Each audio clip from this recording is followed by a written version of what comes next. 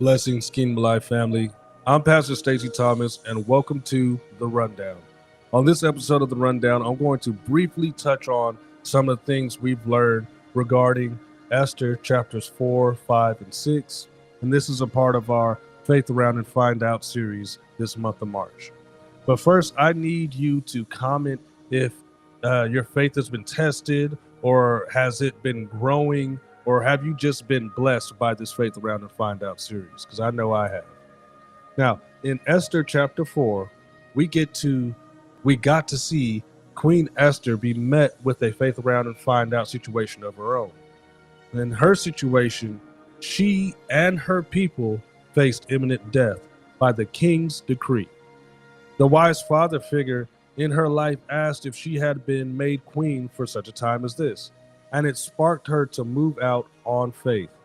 We must identify times in our lives where the only option is to wholeheartedly step out on faith in God. We each have such a time. Now, when you do move out on faith in God, you are able to obtain favor with men. In Esther chapter 5, we see Queen Esther at the end of her fast put on her royal garments, and in faith, she heads to present herself to the very same king who made the decree. Elder Janet, in her teaching, stated, "You can't go somewhere expecting to get something from somebody if you don't look like you even belong there." Meaning that Esther not only prepared spiritually by fasting, but also physically by getting herself together in her appearance. Note this: the garments you wear need to match the oil on your life. This is needed both spiritually and naturally. One thing the oil can do is help you understand the proper season or timing to do something. We must note that there needs to be patience while trying to obtain favor, because there is wisdom in timing.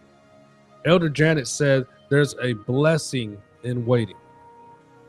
You can't turn or move so fast that you end up missing your blessing. Why is this important? Because if you don't get all that God has for you, you won't be able to sustain what you have already obtained. And that was spoken by Prophet Puddin Hickson. And the enemy would love for you to just miss or forfeit God's blessing for you, since the enemy themselves don't have the power, they don't possess the power to take it from you. She also stated that God's get back is worse than your enemies. Remember, vengeance is mine, says the Lord. So never fret when your enemies threaten you, because God is in control. This is why Haman's plot could never overcome God's purpose for Mordecai's life, which is why your enemy's arrogance will ultimately be their downfall, and it will lead to their destruction. We should consistently pray that everything that the enemy throws our way will be dismantled, because we don't know when or even where the enemy will try to ambush us. Finally, let them see you faith around and trust God. Watch your enemies become your footstool. In other words, sometimes we just got to faith around, or as Prophet Puddin said, fast around and find out. Don't forget, like this video and share.